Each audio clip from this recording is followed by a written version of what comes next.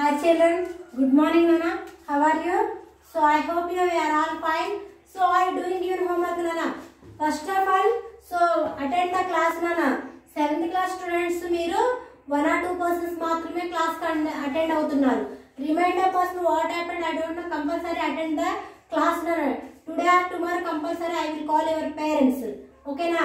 So first of all of you so involve the class and listen class after send the given homework. Okay na? So మనం ఏ chapter గురించి discussion చేసుకుంటున్నామా? we are discussing 5th chapter. దాంట్లో నుండి మనము so land and agriculture one of the part దాని గురించి మనము డిస్కషన్ చేసుకున్నాం. అంటే వ్యవసాయం చేయడానికి ఏ ల్యాండ్ ఏ భూమి అనుకూలంగా ఉంటుంది, మరి అదేవిధంగా మన కంట్రీలో సో మనం ఎన్ని రకాల సంవత్సరానికి ఎన్ని రకాల పంటలు పండిస్తున్నాము, మరి యూరప్ కంట్రీలో ఎన్ని సంవత్సరానికి ఎన్ని పంటలు పండించారు, సో ఎలా వ్యవసాయం పండించడానికి ఎలాంటి భూమి అనుకూలంగా ఉంటుంది అనేది మనము సో నిన్నటి క్లాస్లో డిస్కషన్ చేసుకున్నాం. అందులో భాగంగా సో ఇక్కడ చూడండి మనము సో ల్యాండ్ అండ్ అగ్రికల్చర్లో some part of their so today that one discussion. ఓకేనా? So wheat is the main crop in the European plains. So ఇక్కడ వీట్ అంటే ఏంటమ్మా? గోధుమలు కదా. ఈ వీట్ అనేది నాన్న ఇక్కడ సో ఈజ్ ద మెయిన్ అంటే మెయిన్ క్రాప్ అంటే ముఖ్యమైన పంట. ఎక్కడ క్రాప్ అంటే పంట వేరు నాన్న. సో యూరోపియన్ ప్లెయిన్స్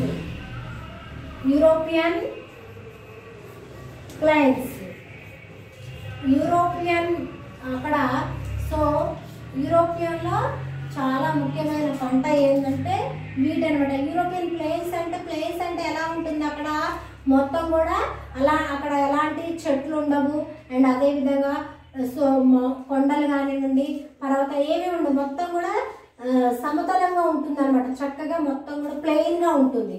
ఓకేనా? సో అక్కడ ఎక్కువగా ఏంటంటే పండించేది ఎక్కువ వీట్ అనమాట.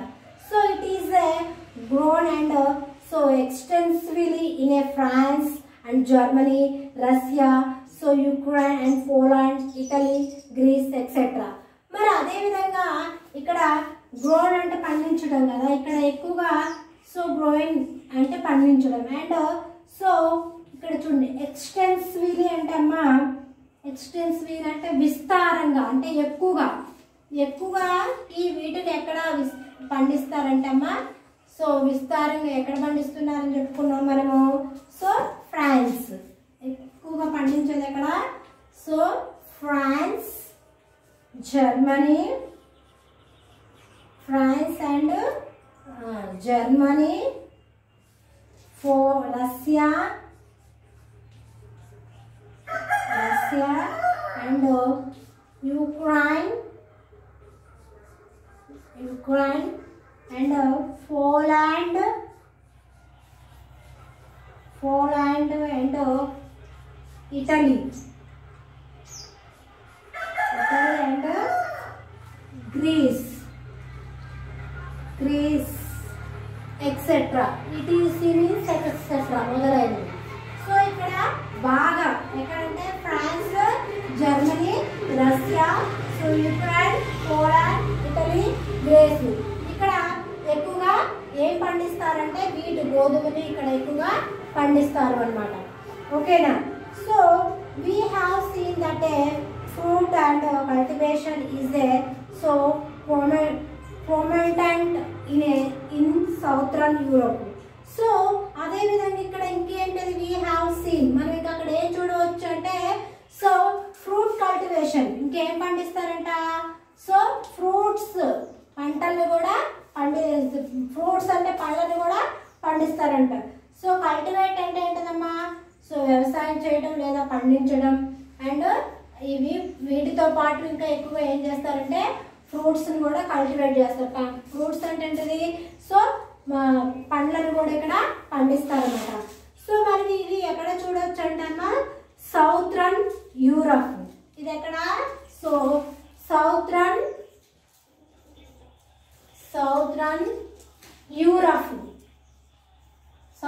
యూరప్లో ఇక్కడ ఎందాకేమో మనము సో ఇక్కడ మనము యూరోప్ ప్లెయిన్స్ అని చెప్పుకున్నాం కదా. ఇక్కడ సౌత్రన్ యూరోప్ ఇంకా ఫ్రూట్స్ కల్టివేషన్ కూడా చేస్తారు, పండ్లను కూడా పండిస్తారు అనమాట. ఓకేనా. సో ఫ్రూట్స్ లైక్ మరి అక్కడ ఏమేమి ఫ్రూట్స్ పండుతాయి అని అక్కడ మనకి ఏమేమి ఫ్రూట్స్ లభిస్తాయి చూడండి. Fruits grapes. సో అక్కడ ఎక్కువగా పండించే పంటలు ఏంటమ్మా? గ్రేప్స్ అండ్ ఇంకా fruits like grapes are used for making wine. So ఈ గ్రేప్స్ దేనికి ఉపయోగిస్తారంట? మేకింగ్, ఏం తయారు చేస్తారమ్మా? వైన్. సో ఈ గ్రేప్స్ని ఎక్కువగా మనం కూడా మూవీలో కూడా చూస్తున్నామమ్మా. గ్రేప్స్ ఎక్కువగా దేన్ని తయారు చేయడానికి ఉపయోగిస్తారంటే సో మనం వైన్ తయారు చేయడానికి ఉపయోగిస్తారనమాట. ఓకేనంటే ఇది ఒక డ్రింక్ అనమాట, ఆల్కహాల్ లాగా తయారు చేయడానికి వైన్ సో తయారు చేయడానికి ఉపయోగిస్తారనమాట. గ్రేప్ జ్యూస్తోనే వైన్ ప్రిపేర్ చేస్తారు. ఓకేనా. సో ఎక్కువగా గ్రేప్స్నే పండిస్తారనమాట అక్కడ. So the Mediterranean countries like అక్కడ some Mediterranean countries are there. So అక్కడ మెడిటేరియన్ కంట్రీస్ ఉన్నాయి. సో అవి చూద్దాం. ఓకేనా. చూడండి మెడిటేరియన్. సో మెడిటేరియన్ కంట్రీస్ అవి ఏంటది నాన్న? Like Mediterranean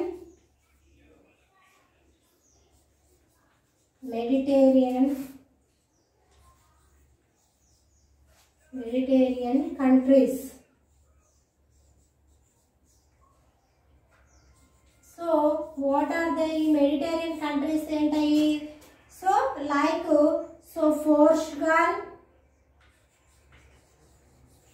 Portugal and Spain.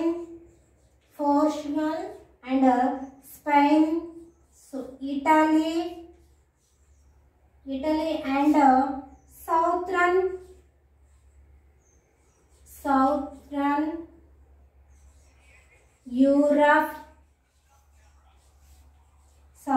Europe are famous for their wines. ఇక్కడ సో ఈ మెడిటేరియన్ కంట్రీస్ ఏవైతే ఉన్నాయో నాన్న ఈ దేశాలు అక్కడ ఏంటంటే ఎక్కువగా సో ఏంటి what are the Mediterranean countries? So Portugal, Spain, Italy. So these are Mediterranean countries. So ఈ కంట్రీస్ ఏం చేస్తాయంటే ఎక్కువగా నాన్న southern France are a famous for their wines. ఇవి బాగా వైన్ ప్రిపేర్ చేయడం. సో వైన్ బాగా ఫేమస్ అన్నమాట. వైన్ తయారు చేస్తారు బాగా కూడా. ఓకేనా. సో అండ్ అదే విధంగా ఇంకా ఏంటంటే ఇక్కడ ఇంకా ఉన్నాయి చూడండమ్మా. అండ్ సో ఇంకా సమ్ పల్సెస్ ఆర్ దేర్. ఓకేనా. So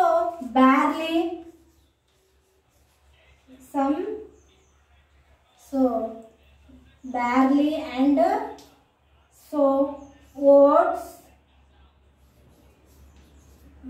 oats and rye and sugar beet and potato and etc. ఇంకా వీటితో పాటు ఇక్కడ ఇంకేంటది?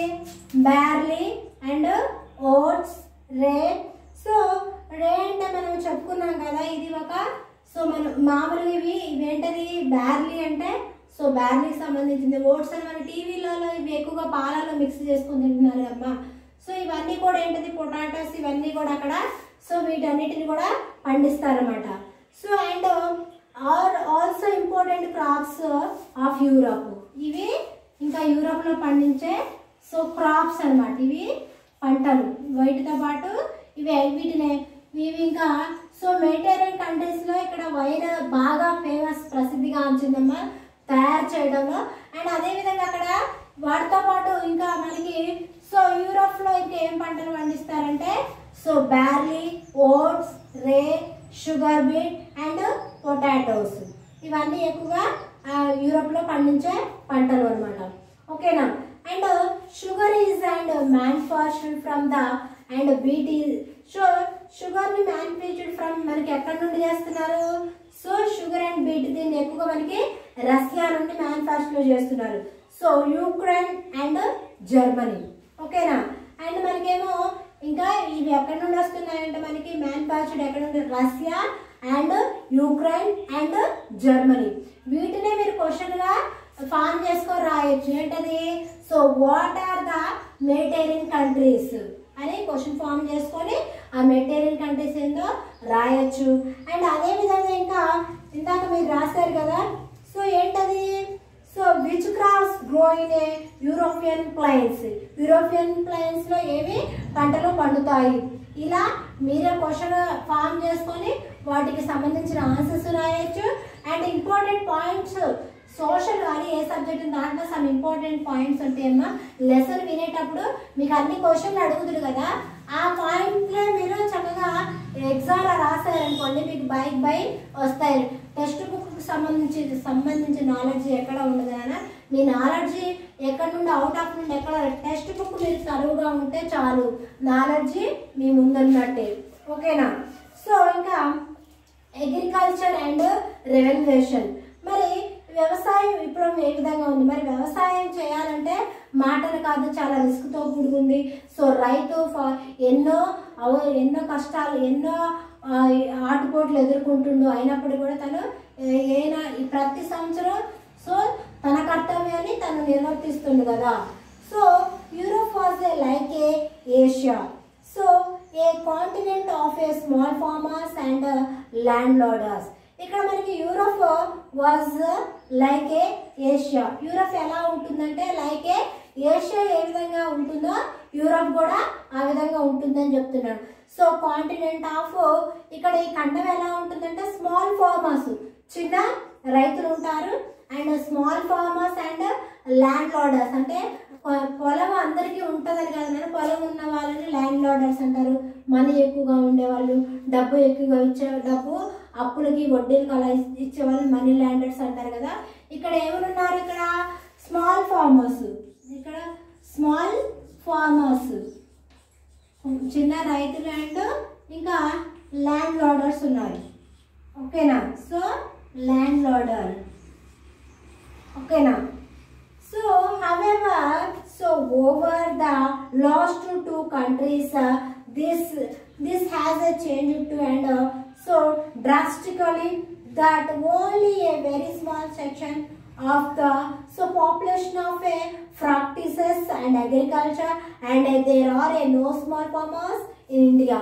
సో మన భారతదేశం ప్రకారం చూసుకుంటే అమ్మ ఇక్కడ చూసుకున్నట్టయితే అబ్జర్వ్ చేసినట్టయితే లాస్ట్ టూ సెంచరీస్ కంట్రీస్ అన్నమ్మా. సో సెంచరీస్ అంటే 2 శతాబ్దాల క్రితం మనం చూసినట్టయితే ఇది ఎలా ఉందంటే టోటల్గా చేంజ్ అయింది అన్నమాట. ఎలా ఉంది ఇక్కడ? సో డ్రాస్టికల్లీ అంటే అమ్మా మనం ఏంటంటే పని చేయడం అనమాట, అంటే బలవంతంగా కానీ లేకపోతేనేమో పని చేయాలి కదా అన్నట్టు చేయడము అలా చేస్తారు. ఒకప్పుడు వ్యవసాయం అంటే సో ఎంతో ఇష్టంగా చేసేవాళ్ళు. ఇప్పుడు ఏంటంటే వ్యవసాయం కంపల్సరీగా చేయాలి కదా, అదే కదా మన జీవనాధారము కదా, మనకి అది తప్ప మనకి ఏదే ఆల్టర్నేట్ కదా లేదు కదా అన్నట్టుగా చేస్తున్నారు. ఒకప్పుడు ఏది ఈ 2 సెంచరీస్ నుండి అంత మునుపు వ్యవసాయం అంటే ఒక బాగా ఏంటంటే ఒక ఆతృతతో ఆసక్తితోని సో చేసేవాడు అనమాట. అండ్ ఇది ఏంటంటే బలం. సో ఇంకా మనకి సో డిస్ట్రిక్ట్లీ అంటే బలంగా పని చేయాల్సి వస్తుంది అనమాట. అండ్ అదేవిధంగా ఇంకా మనం చూసుకున్నట్టయితే ఇక్కడ వెరీ స్మాల్ సెక్షన్, ఇంకా సెక్షన్ కూడా చాలా చిన్నగా ఉంటుంది. Of a population and practice of agriculture and there are small farmers in India. And మరి వ్యవసాయంలో కూడా మనం రోజు కూడా మీరు లెసన్ చెప్తున్నాం కదా నాన్న, ఏ రోజు చెప్పిన లెసన్ ఆ రోజు చదివారనుకోండి, ఏ రోజు హోంవర్క్ ఆ రోజు చేయడం వల్ల మీకు బర్డెన్ ఉండదు. ఏ రోజు చెప్పిన లెసన్ ఆ రోజు చదవడం వల్ల మొత్తం ఒకేసారి చదవాల్సిన అవసరం లేదు. అండ్ అదేవిధంగా ఎగ్జామ్ కూడా అంతే, రోజు కూడా చెప్పిన లెసన్ డే బై డే కూడా ప్రతిరోజు చదివారనుకో రేపు ఎగ్జామ్ ఉన్నా నీకు ఏం పర్వాలేదు, ఓన్లీ నువ్వు ఒకసారి చూసుకుంటే సరిపోతుంది. ఈ విధంగా వ్యవసాయం కూడా అంతే, మొత్తం కూడా దేనికైనా ప్రాక్టీస్ అనేది ఉంటుందని. వ్యవసాయం కూడా ఏ పనైనా ముందు మనకి చూడంలో రాదు, చూడంలో చేయము, పుట్టంలో నడము, అవి ప్రతి ఒక్కటి వ్యవసాయం అగ్రికల్చరే కానివ్వండి, స్టడీయే కానివ్వండి, వాటర్ ఇట్ మే ఏ పనైనా కానీ నాన్న. ఓకేనా. So today end of this class నాన్న.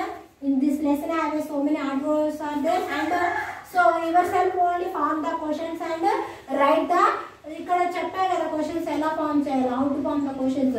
So yourself only form the questions and write the answers. ఓకేనా?